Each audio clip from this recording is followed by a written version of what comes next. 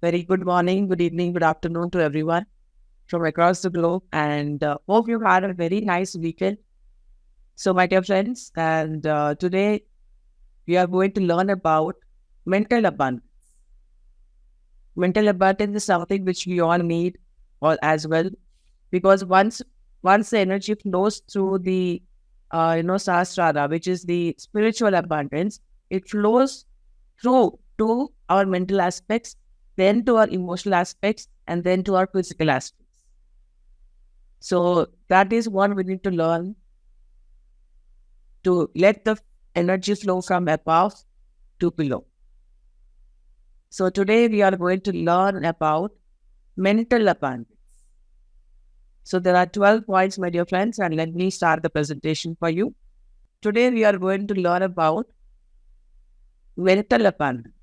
So as we have already learned on the fourth day, is that outer riches are the reflection of your inner richness. So how rich have you become till now, my dear friends, in these 4 days? How much treasure have you, found within to be abundant? I'm sure that you have found many riches inside of yourself, discovered the riches inside of yourself once you have gone through that subject of abundance all these 4 days, and we have come to the day 5. So our inner richness should be accumulated not at the expense of the outer richness, my dear friends.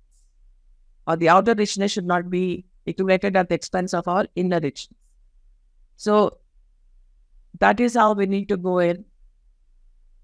And there are 12 rivers, my dear friends, or we can say rays or virtues of spiritual prosperity that create 12 abilities in the mental plane of man, my dear friends.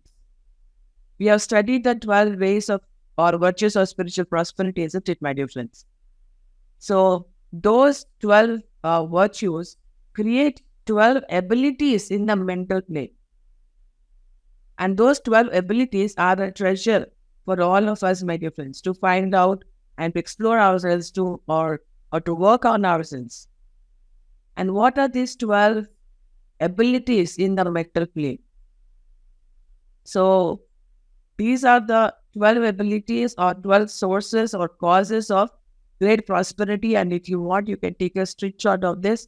We are going to discuss everything about all these 12 points today. So we are going to understand about the power of concentration and sense of accuracy, the ability to relate and balance, the ability to see things from viewpoints, insight and foresight, and etc.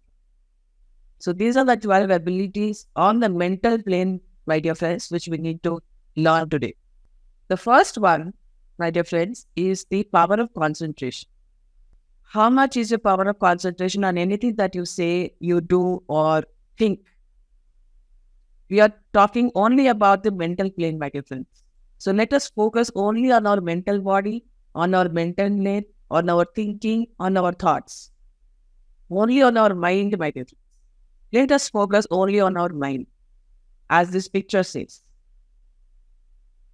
So the power of concentration is a great value within it.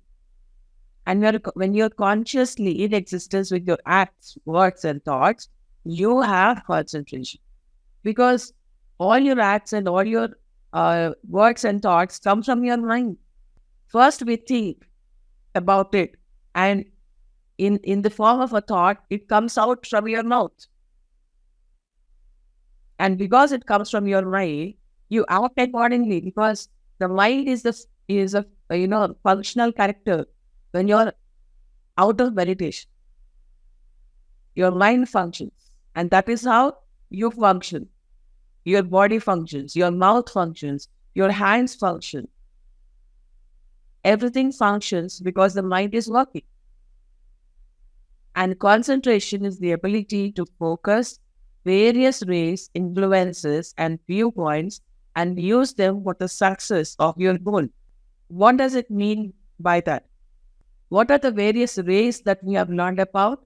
It is the 12 spiritual virtues of abundance, my dear friends. The virtues that we have learned, those are called as the rays, the virtues. So how do we focus those rays, those virtues in our mental plane? is what we are talking about here. And how are they going to influence us? All the influences that we have on the mental plane, through the spiritual plane, through spiritual abundance, is what we are talking about here. And the different viewpoints accordingly. So how do all of this cater to the success of our journey? Whatever goal you have set for yourself. Concentration, my dear friends. Focus. Those are the things that we need to develop in the mental plane. Through the help of the spiritual grace. The virtues, the 12 virtues. And what does concentration do? Concentration creates magnetism and energy. Magnetism, energy, and a focused mind are three great factors which contribute to your success in any field of human endeavor. You know how they say, right? When there is a will, there is a way. What is that will? That is focus, that is concentration. That is where you focus your energy on. That is what willpower is. If you do not think about something sincerely, with utmost dedication and commitment, it doesn't become concentration. You don't have a focused mind. So, the first exercise that I would like to say over here is, what are you focused on? Where is your focus? Where are you putting your energy into? What do you want? What is your goal? And how do you want to use these 12 spiritual virtues to achieve what you want to achieve? How is your focus, my dear friends? And depending on how your focus is, the success of you achieving it or not is dependent upon. What is your focus? Only if you are committed, focused, then only we can achieve something. And that is what is the power of concentration, my dear. And the second treasure of the mental plane, or the ray, or the virtue, or the activities of the mental plane, or the techniques of the mental plane, is called the sense of accuracy. The sense of accuracy is an important factor in your success. And it is a great mental treasure by which you try to be accurate in your thoughts, words, expressions, evaluations, reports, and measures. What does it mean by accuracy? It has to be factual. It has to be truthful. It has to carry the element of truth in that, my dear friends. How much truth does your information or data or facts carry? Are your words or thoughts or any other things based on assumptions, imaginations, or actual realities? How accurate are you in what you're speaking, in what you're expressing, my dear friends? How accurate are you? See, my dear friends, the thoughts and the words that we have, whenever we throw something these out, these are like playing a dart game. You throw the arrows at the dart and you try to focus and throw the dart on the center of the dartboard. If you don't have the sense of accuracy, then the darts will go haywire. You'll not be able to throw it at the right point. So that is what the sense of accuracy is, my dear friends. Imagine a dartboard in front of you, and you have those darts, like these arrow things that, when you throw, they go and stuck at the dartboard. Every word, every thought is like that. How accurate are you in your expressions, in your thoughts, in your words, in your evaluations? And when you study something, how do you report it? How factual it is, how truthful it is? What statistics is it based on? And what are the measures that you would like to take accordingly? Oh, I threw a dart on the dartboard and it missed. Why did it miss? Where did I lack in? How do I correct myself in it? How should I be more accurate? How should I focus more? When you focus more, you have greater chance to be accurate. That is why Patriji says, if you don't know something, don't say that you know. Only if you know something, open your mouth. We usually open our mouth thinking that we know something. We know something about others. We know something about science. We know something about soul. We know something about so many things. But in actuality, when in reality, we do not know anything. Speak only as much as you know. Be accurate in your words and expressions and how you influence others, how you influence yourself. What do you actually know? When a science teacher is asked about mathematics, what should the science teacher say? I don't know.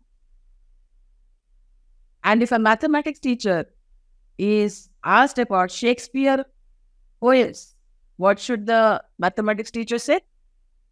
I don't know. But how often do we really say I don't know when we really don't know?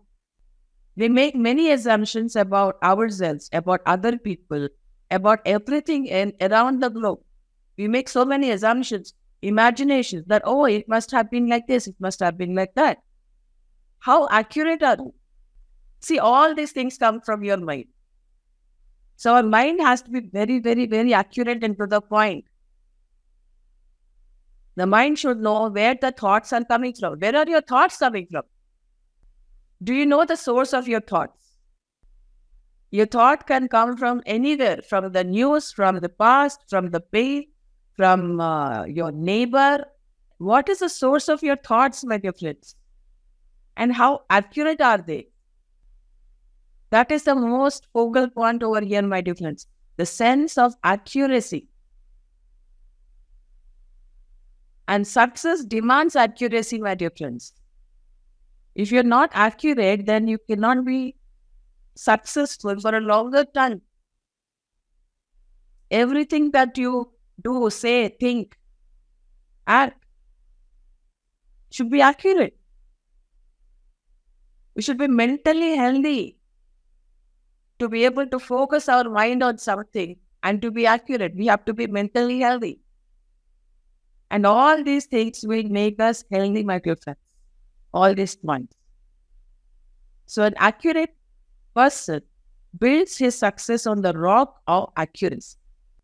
Just imagine, my dear friends, if a job is given to me to find the accuracy of a certain volcano, will it erupt or not?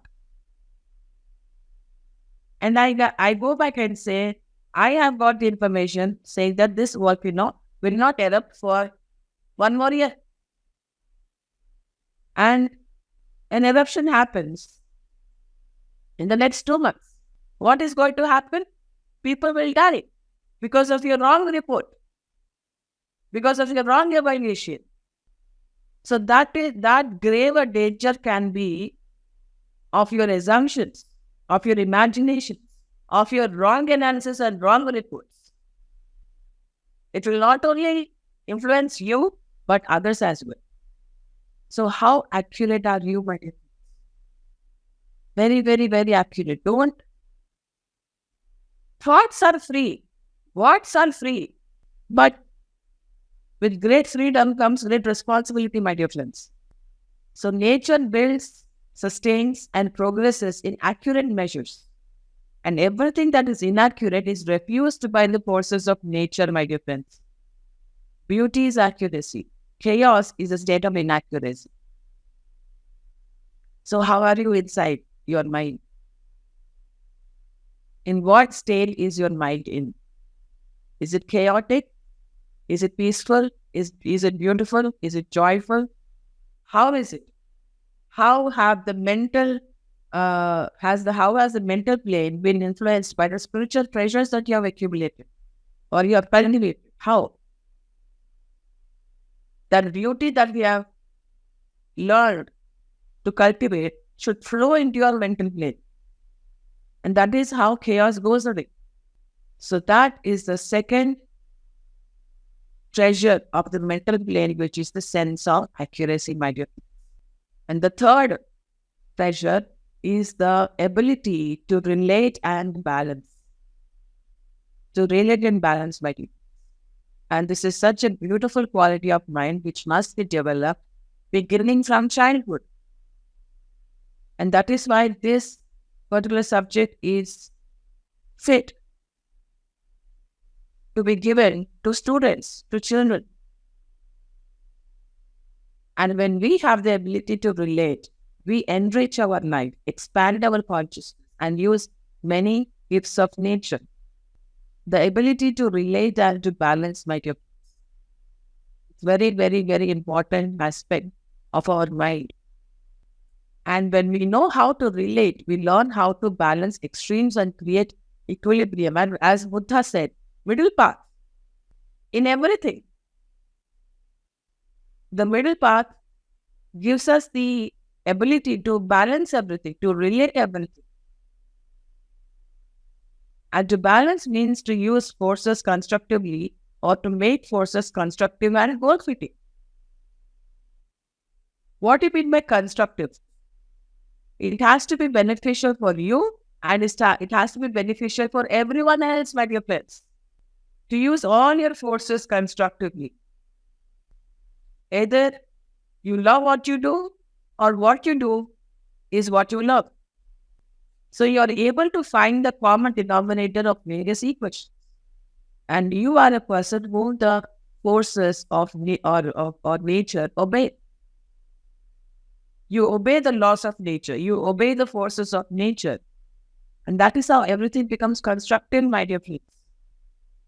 And to be a progressive soul on the path of infinity is to be a point of balance on an ever-rising scale of conflicting forces. The ability to relate yourselves, my dear friends, relate yourself with the laws of nature, relate yourself with the forces of nature, and that is how you can really become constructive. You can really become useful for yourself and the entire world. By relating your thoughts with the laws of nature.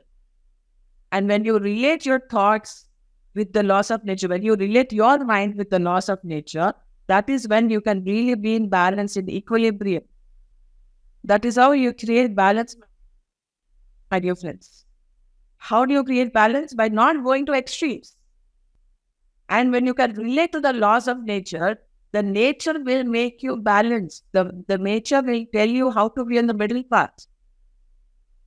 And that is how you become constructive person, not a destructive person.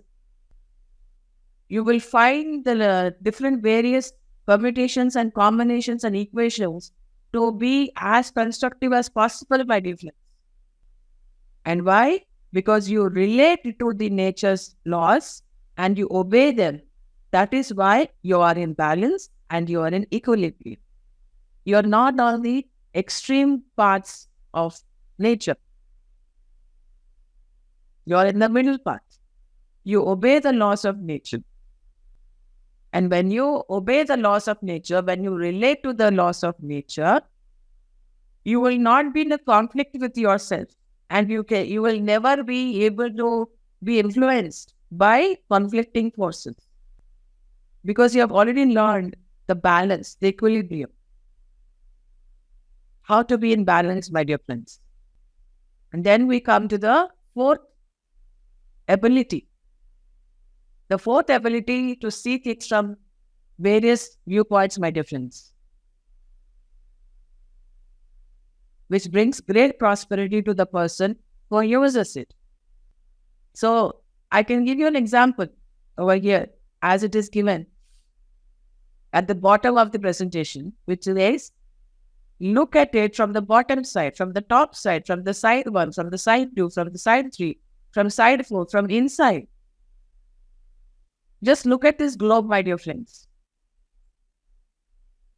If I look at it from one side, I see Africa. If I look at it from the top side, I see Arctic Circle. If I see from the sideways, I will see Australia. If I see from another place, I will see America. If I see from the bottom, I'll see Antarctica.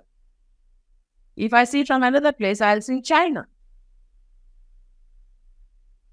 But what we see is not the only truth, isn't it, my dear friends? Only when we include all the viewpoints, that is when we can see the globe, the earth, perfectly, my dear friends, with all the things that we have seen from different viewpoints, is actually the reality of the whole of the planet. We can't say that only Africa exists. We can't say that only Australia exists on this planet. Just because we see it from one viewpoint. What is the ability to see things from different viewpoints? It is a viewpoint of 360 degrees, my dear friends. We should be able to see everything from a 360-degree angle and then only confirm that this is the truth. We should be able to know something from every angle on a 360-degree mode, my dear friends. And that will bring great prosperity to every person, my dear friends.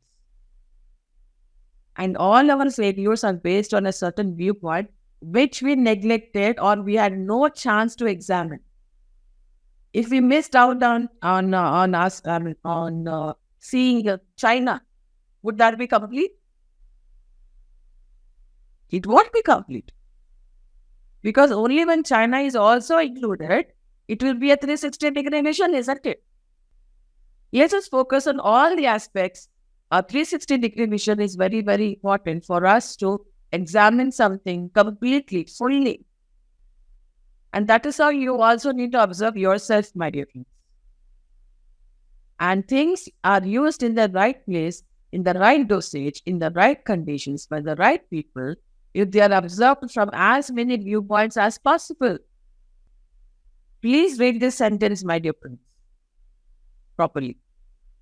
Things are used in the right place, in the right dosage, in the right conditions, by the right people, if only they are observed from as many viewpoints as possible. This increases your understanding. This increases your maturity. This increases your seeing everything in the right aspect, in exactly the things as they are. It gives us the ability to see things in a particular aspect.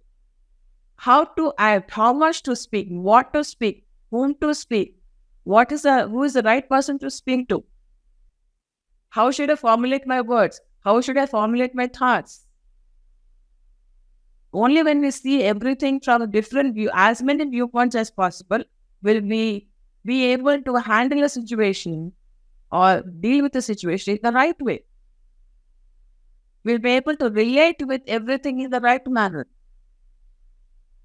Let it be the persons, let it be the situations, let it be things, let it be anything. Let us not be stuck with just a single viewpoint. Let us have a 360-degree angle before we judge something, before we have an opinion on somebody, before we assess situations. Let us imbibe or cultivate a habit of viewing it from different viewpoints. And any object can be observed from 7 viewpoints, as we have already discussed. You can experiment on this, on a box, on the globe, on a person, on yourself, on a situation. It can be anything. Just try to take that object, the situation as an object, and observe it from every angle. Pick up a person as an object and observe him or her from different angles. Just see how your perception gets differentiated from each time you think more and more and more.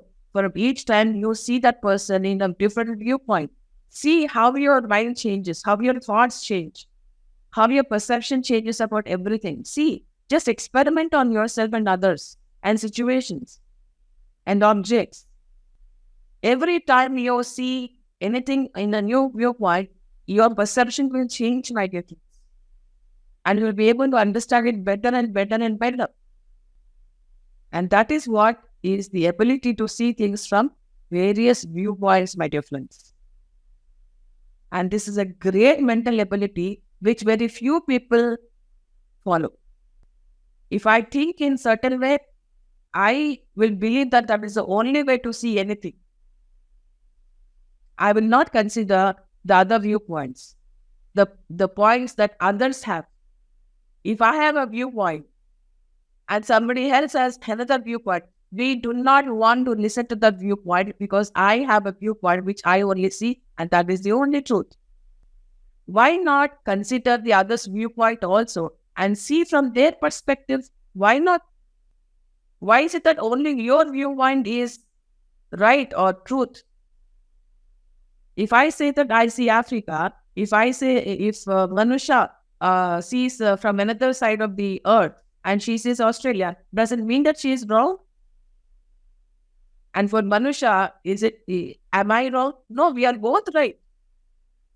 We're just seeing the earth from different angles. That's it. Never, ever, ever criticize someone or belittle someone just because they have a different viewpoint. We have different viewpoints because we are seeing something from a different angle. Let's accept everyone's viewpoints. Agree. We may not necessarily agree to everyone's viewpoints, but let's accept it first of all. Let's acknowledge. So this exercise is a fantastic one and has been used in mystery schools with great benefit, my dear friends. And the next step is to exercise varied viewpoints in your emotional and mental activities or observe world events from as many viewpoints as possible. A mind disciplined by such a procedure will be a great agent for prosperity and for the right usage of prosperity. And then, once we observe from all the viewpoints, we comprehend something. And comprehension means to see things from all possible directions. From all possible directions, my dear friends. Then we come to the fifth point, which is called the insight and the foresight. And insight and foresight are great treasures. Insight means you see the cause of things. You see how things originated. For example, if I'm suffering today, what does it mean? That means I made others suffer sometime. So, if something is happening now to you or to somebody or a situation or anything, what is the cause of it? You try to see the causes of everything that is happening to you, happening to others, happening in the world, situations or anything. What is the cause of it? You try to find the cause of it. And that is called insight, my dear friends. And what is foresight? Foresight is the ability to see the result of things. For example, if I kill an animal, what will result in? Some kind of suffering that it will create. So foresight is to see the ability to see the result of my actions, my words, my thoughts in the future. Insight is to be able to find the causes. Foresight is to be able to see the results. So we need to have both insight and the foresight to assess ourselves, to assess situations, to assess the world situations.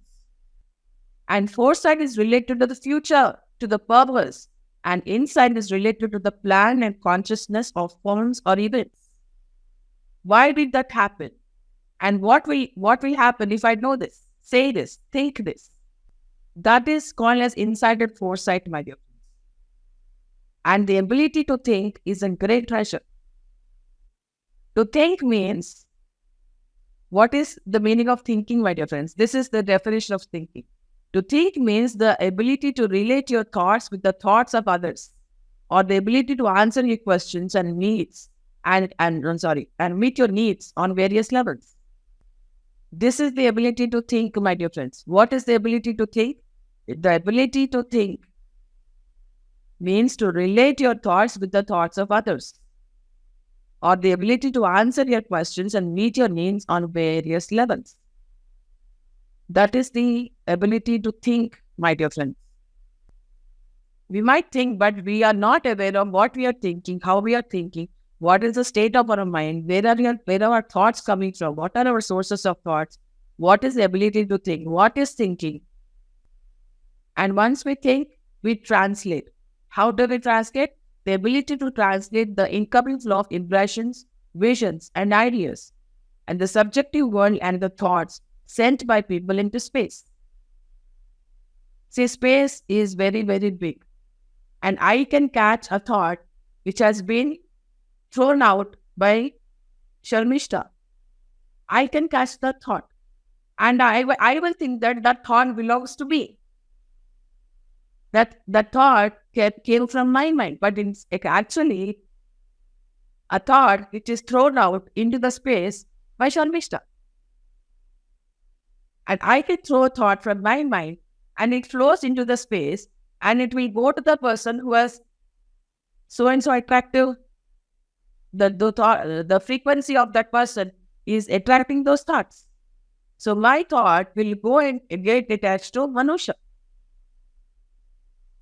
And we think that whatever thoughts that we have in our mind, it belongs to us and it is original. Think about it once again. Are your thoughts original? Do you really know that those thoughts belong to you? Those are your thoughts. And how are you translating those thoughts into your impressions, visions, and ideas? That is called as insight and foresight, my dear friends. And if registered and translated correctly, turn into a great help to make you the most successful person. And to translate means to know the meaning of impressions and to appropriate them to your needs. When you are spiritually abundant, you will know what your needs are, isn't it? You will know what others' needs are. You will know what the world needs are. And that is how you translate them into the meaning of impressions, words, thoughts, actions. And some people feel an impression and take immediate action before others awaken to the situation. I get a glimpse of an idea or a thought. I catch it and I implement that. While others are sleeping, while others are waiting to be awakened. And such people are successful people. And if you translate the words, the behavior and expressions of people with accuracy, you will never use people for things which will create problems for you. You will never use people for things which will create problems for you. And to observe the events in the world and to translate them accurately teaches you what steps to take and in what direction. Concentration, focus, accuracy, insight and foresight, my dear friends. These are very, very important mental abilities to be successful in your life. And retain your success, sustain your success. Let's become mentally abundant, my dear friends. Let's cultivate our mind, develop our mind. And Torkham gives an example over here. One day, Torkham's teacher, he says, one day my teacher told me to go and sit in the corner of a busy street and watch people walking for 1 month. He says, why do I need to do that? And the teacher says, it is good for you. So Torkham went and sat there and he hated all that lost time. He read a newspaper, book or a newspaper or daydream until the month was over. And the teacher asked, what did you see in people? He said, well, they just walk. Then the teacher asked, did you see anything more? He says, no. So then again he says, go and observe 1 month more. So what is Torkham think? He was internally irritated. And he said, what am I going to watch? They just walk, I said to myself, is what Torkham said. So then Torkham watched for 3 days and he saw that people really walk differently. And that discovery created an interest in me, in him. So 5 days later, it dawned on my mind that their walk was translating their various emotions. Irritated people walk differently than people who are happy. Anger, fear, and jealousy take different walks.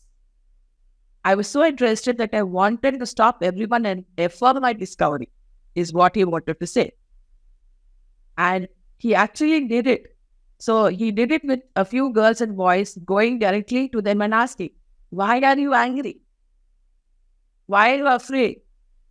Because you seem so depressed. And they say, yeah. Observation can tell us so many things, my dear friends. And observation will tell us how we do some things. We consciously and unconsciously do something, and we discover it by observing others. So then he even sat down with a few of them and talked about their problems. Then he says, then I discovered that I would read their emotions through their walk. And at the end of the month, I went to my teacher to talk to him about my discoveries. He said, good. That is 5 rules, but you need another month. Another month? What else can I see? He says, well, you're just in front of the gate. So I sat at the corner for another month. And he says, I almost knew everybody. I knew their emotions. But after watching them closely, I discovered that they were not only translating their physical conditions and emotional states through their work, but also their dreams, thoughts, and expectations. Do we do that? Let us ask ourselves, do I do that? This is a beautiful experiment which Torkam's teacher asked Torkam to do. Can we do this experiment? For 3 straight months, just observing people, watching them walk around. That's all. So this was a great revelation to Torkam, and he began to watch his own walking, checking his own physical, emotional, mental conditions and how they were expressing themselves through his walk and gestures. And this brought him another revelation, that he could sense the person behind the body and see his thoughts, emotions, and motives. Let us try to see a person beyond their bodies, my dear friends. Let us try to see ourselves beyond our bodies. And that is what this experiment has taught Torkam. And after this discovery, he went to his teacher and confessed to him how childish he had been, questioning his method and having resistance. And then he talked about his discoveries. And the teacher said, that's it. But remember that what you found is just the beginning. Use this watchfulness and power of observation, and you will be an expert translator. You will be able to translate emotions into meanings. First on yourself and then about others. You might not want to do this for 3 months, straight as Torkam said, but you might want to go and sit in a park or in a public place and just sit in a corner and observe people. Don't worry about what others think, that you are a crazy person, you don't have anything better to do, nothing like that. Just go and sit in the corner and just observe people walking. That's it. You might want to spend a day doing it. So then we come to the 8th ability, my dear friends, which is stability in conflicting situations and conditions. Let's become unaffected by any kind of conditions or situations and be stable, mentally stable. Mentally stable, my dear friends. No matter what situations occur, some people keep their calm. You might remember MS Dhoni, how he is calm and stable even in panic situations, even in, very chaotic situations. He takes the right decision. Why? Because he's mentally stable, mentally strong, mentally calm. What would we have done in those situations? We might have gone crazy. So even in conflicted situations, if you can keep your mind calm and stable, that is when you will take the right decisions, the right thought, the right words come from your mouth. Stability, my dear friends. And if you have this virtue, you are really, really, really a rich person. If you do not have stability, you can be a victim of confusion, chaos, panic. A confused person cannot be prosperous. And he always walks on the path of failure, my dear friends. And stability will give you the frame of mind by which you are not trapped by appearances and emotional turbulences. Appearances are deceptive. We all have listened to us from our childhood, but we still fall for appearances and emotional turbulences. We get the better of, we let the The emotions will affect us. We let the emotions affect us. It affect our mind. And you keep your mind clear and gain control upon conflicting situations.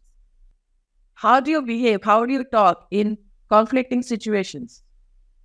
That's a crisis for you. That's a test for you. And a stable person makes decisions not only by what he sees, hears, or feels, but also by what he knows and intuitively grasps. He is a surfer, and he keeps his stability even on the rising waves of events and uses them as the means and source of his prosperity. He doesn't drown in the situations, he surfs through the situations. He navigates through the situations. He doesn't drown in them. And that is what the difference is between an unstable mind and a stable mind. And stability saves him from the poison of irritation, from quick and unright decisions, from unnecessary words, and from failure. Stability. Calm, composed, focused. How do these words feel? They give balance to you. They give utmost understanding to you. They give maturity to you. They give you the ability to see everything from all the viewpoints, isn't it?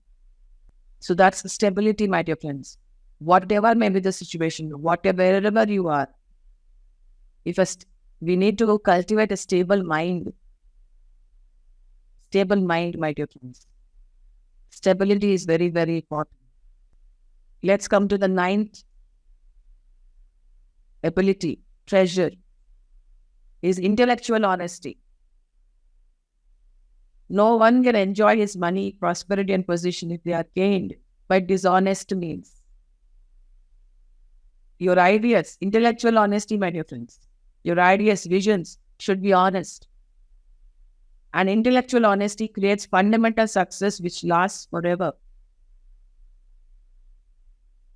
An intellectually honest person will not advise people about something he does not know. If we do not know something, let's shut our mouths. Do not give any advice to any person which you are not sure of, which you are not accurate about, which you don't know about. Let's learn to shut our mouths when it is not true, when you don't know something. When you don't know something about the other person, when you don't know clearly about what the situation is, when you don't know anything about what the person has to learn about, the lessons that he needs to learn, the karma that he needs to flow, when we can't assess the situation correctly, when we ourselves don't know ourselves, we don't know what our thoughts are, where they are coming from. When we don't know about ourselves, how can we advise anything about others which we do not know? Let's learn to shut our mouths. When we don't know. If you know, please, you're welcome to open your mouth and talk. No problem. So, he will not try to lead someone if he does not know the path. He will not speak about something of which the roots are hidden from him. So, your own glamours, your own desires, you might want to put on that person or mislead that person. Your own experience from the past. For example, I have had a bad experience with with one person. So what will we say to the other person? Don't talk to him. He's like that. Have you seen that person from different viewpoints? No. You tell the other person based on your experiences. You can say, this is the experience that I've had with you. You might want to add my viewpoint to your viewpoints. That is what we can say. But we judge that person based on our experience, our opinions. Your glamours, your mayas, your illusions.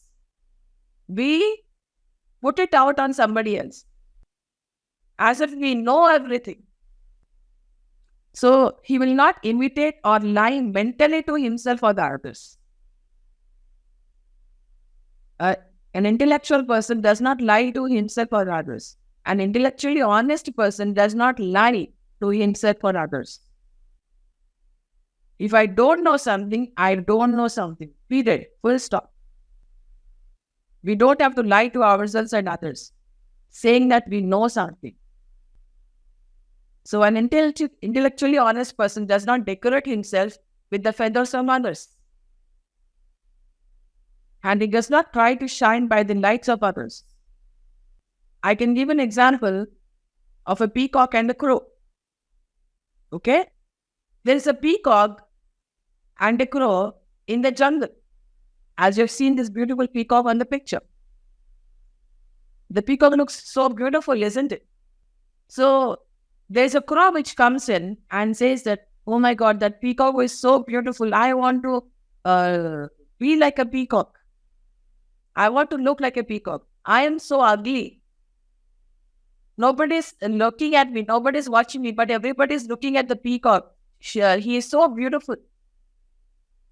So then what does the crow do? The crow picks up the feathers of the peacock and stucks it to himself. Attaches it to his own body. So he picks all the feathers of the peacock and puts those feathers onto his own body. And then he goes around flaunting his new feathers, his look, as so as to say, in front of the jungle members, jungle family members. And all the jungle animals will say, oh my God, see that beautiful crow. The crow is so beautiful. How did the crow become beautiful? Because by using the feathers of another peacock.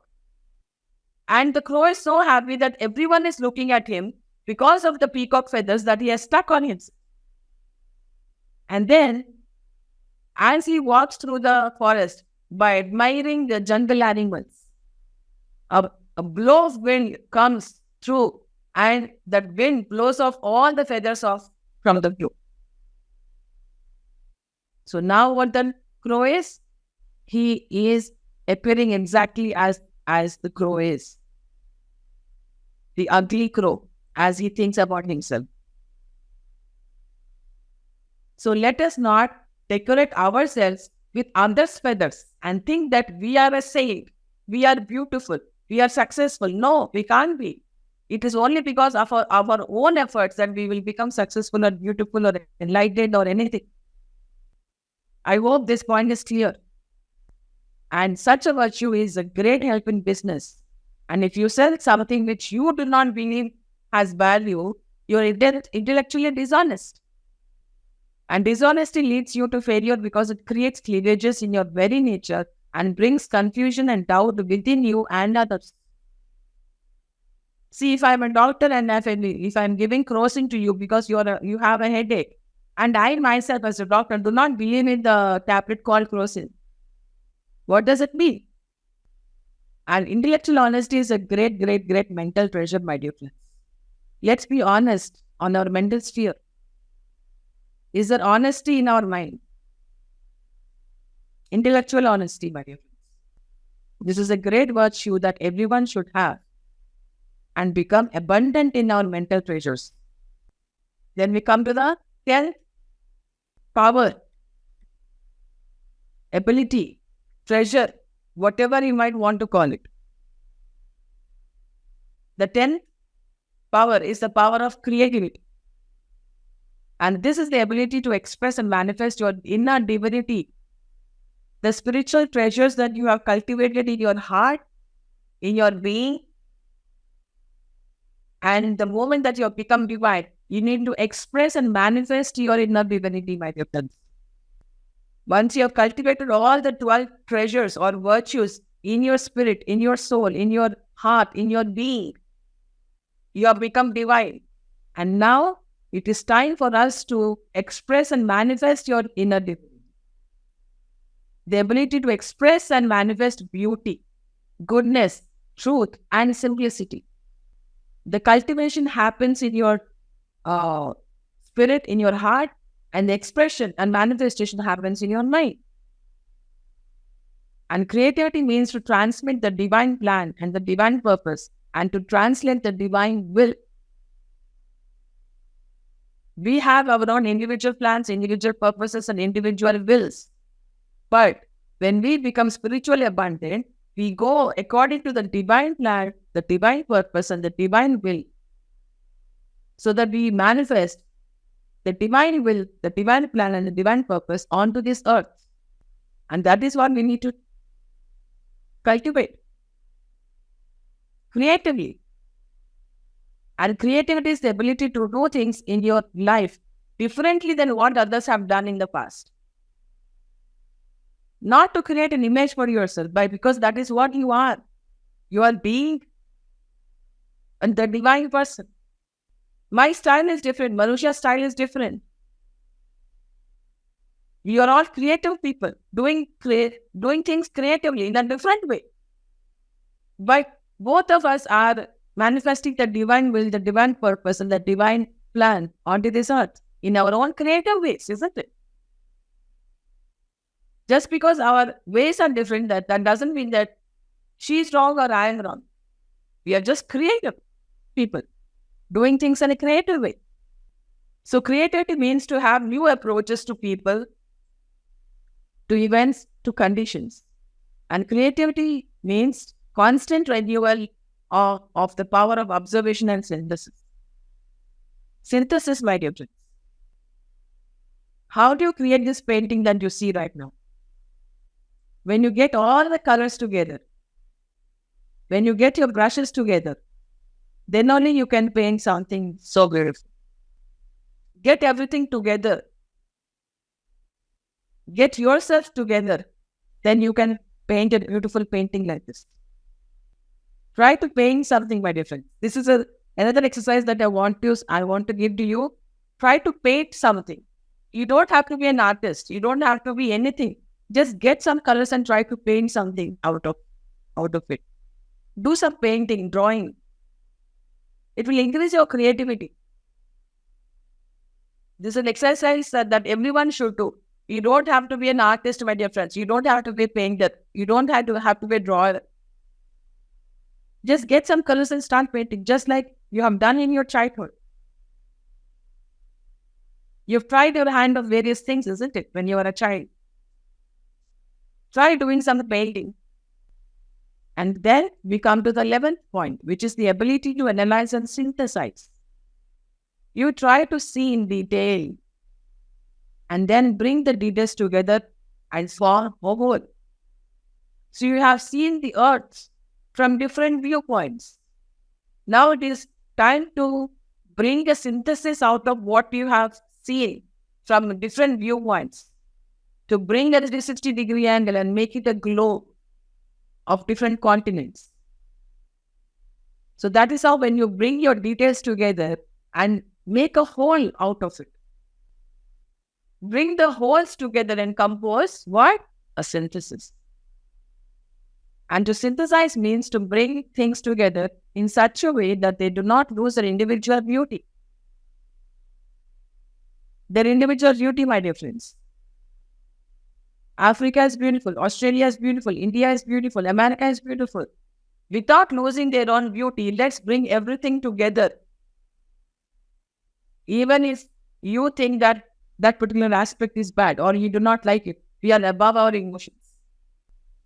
But in relation with each other, evoke greater beauty from each other. Every viewpoint creates greater beauty from each viewpoint. We bring things together, my dear friends. We bring a group together. We bring our family together. We bring ourselves together. We bring situations together. We bring events together. And then we synthesize everything. Then we will be able to understand. And once we bring together, let's analyze. Analysis is the effort to find the roots of events and happenings. Insight and foresight. And synthesis means to use them for the plan and purpose of life. And the ability to analyze and synthesize is a great mental treasure. And almost all great inventions and scientific discoveries are the result of analysis and synthesis. What different things are we doing than intellectual people, intelligent people? How is their mind? How does their mind function? Because they analyze and they synthesize. We, on the other hand, we have a one-track mind. We have one viewpoint mind. That is why we are not successful. And because they analyze and synthesize and have insight and foresight and focus on clarity and everything, they are successful. They found something, then discovered something. They have intellectual honesty. And then we come to the last treasure of the mind, my dear friends, is the ability to penetrate and leave behind all that is obsolete, all that is unessential, that is non-essential, that is not necessary. This is a great treasure. And when you see that things have fulfilled their purpose, let them go like a shoe that can no longer be used. Can you relate this to yourself, your life, your events, your situations, your mind? Can you relate this to yourself, my dear friends? In the past, whenever we wanted to travel to some place, we used to use bullock carts or we used to go by walk. Now that the technology is advanced, okay, do we use the bullock cart or do we use a car to travel? But we do not give away the old ways to do it. Now they are obsolete. Now they are useless. Now we use a car because it is more efficient, more fast. So stop hanging to those things. Stop holding on to those things which have now become obsolete. The thinking, the beliefs, the thoughts, the speech. If they do not fulfill a purpose, if they have become obsolete, if they have become old, outdated, just leave it.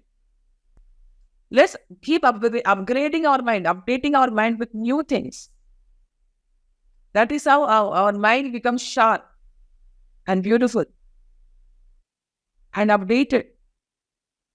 Let's upgrade our mind, update our mind. If something has become obsolete, just leave it, let it go.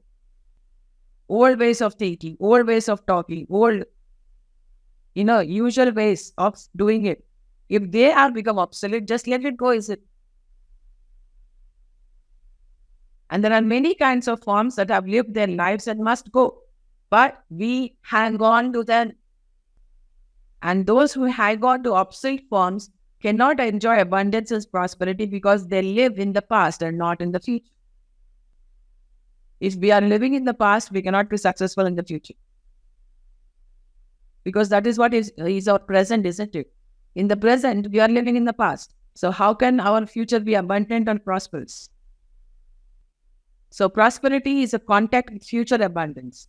Sometimes we leave our teddy bears, but we find teddy girls or teddy boys or teddy jobs. We try to find the reflection of our past in our future. We replace it, but we never leave it. We never let it go. And as soon as we grow up, we must leave them behind and gear ourselves with the wheel of the living life and try to manifest its plan and purpose. And those who are attached to old forms, whether they be political, educational, philosophic, artistic, scientific, religious, traditional, or financial, cannot expand their consciousness and are left behind. If they are not left behind, my dear friends, this gear this gear thing that you're seeing in the picture will not function smoothly. And a successful person is an ever-progressive person. If we are stuck in the past, then we cannot progress. Leave it behind, because it's already behind. Leave it there. Less luggage, more comfort, my dear friends. So once his Dorcam's teacher, he said, finding the skin of a snake, said, well, at least the snake is wise. He left behind the skin, which was preventing him from growing. Do not stay in any kind of shell. Either you must break it or you will die in your own shell. And a person with these 12 mental treasures is a person of abundance. He becomes a magnet, and benevolent forces help him to be successful and in abundance. Either you break your shell or die in it. The choice is yours. Always. So that is the session for today, my dear friends. Mental abundance. So we have completed the 5th day also today. We have just 2 more days. And tomorrow we will be understanding about emotional abundance, emotional treasures. And on the final day, we will find out what real success is. And we'll do an exercise on abundance.